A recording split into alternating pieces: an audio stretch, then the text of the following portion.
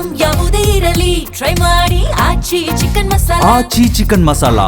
ಬೆಳಗಾವಿಯಲ್ಲಿ ಐತಿಹಾಸಿಕ ಶಿವಾಜಿ ಜಯಂತಿ ಸಂಭ್ರಮಕ್ಕೆ ಅಂತ ಕ್ಷಣಗಣನೆ ಎದುರಾಗ್ತಾ ಇದೆ. ಗಡಿನಾಡಿನಲ್ಲಿ ಶಿವ ಚರಿತ್ರೆ ಶೋಭಾಯಾತ್ರೆಗೆ ಕುಂದಾನಗರಿ ಬೆಳಗಾವಿ ಸಜ್ಜಾಗಿದೆ.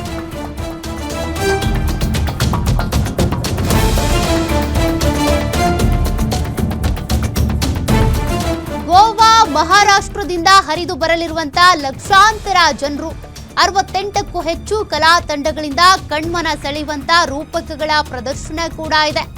ಇನ್ನು ಶಿವಾಜಿ ಬಾಲ್ಯದಿಂದ ಪಟ್ಟಾಭಿಷೇಕದವರೆಗಿನ ರೂಪಕಗಳ ಪ್ರದರ್ಶನ ನಡೆಯುತ್ತೆ. ಈ ಸಂದರ್ಭದಲ್ಲಿ 24 ಗಂಟೆಗೂ ಹೆಚ್ಚು ಕಾಲ ನಡೆಯುವಂತ ಅದ್ಧೂರಿ ಶಿವ ಚರಿತ್ರೆಯ ಮೆರವಣಿಗೆ ಜೊತೆಗೆ ಪೊಲೀಸ್ ಆಯುಕ್ತ ಭೂಷಣ್ ಬೊರಸೆಯ ನೇತೃತ್ವದಲ್ಲಿ ಬಿಗಿ ಭದ್ರತೆಯನ್ನು ಕೂಡ ವಹಿಸಲಾಗಿದೆ.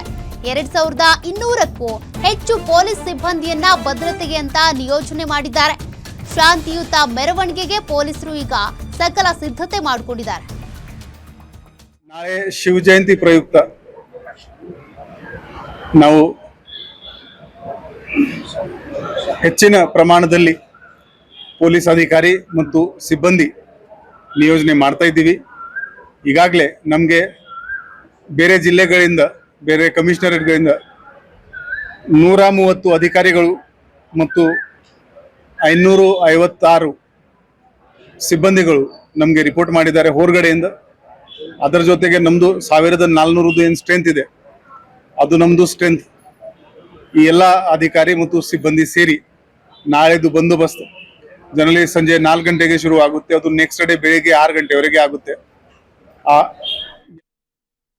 ಇದಾಗಿತ್ತು ಇಲ್ಲಿವರೆಗಿನ ಸುದ್ದಿ. ನೋಡ್ತಾ ಇರಿ ಗ್ಯಾರಂಟಿ ನ್ಯೂಸ್, ಸುದ್ದಿ ಖಚಿತ, ನ್ಯಾಯ ನಿಶ್ಚಿತ.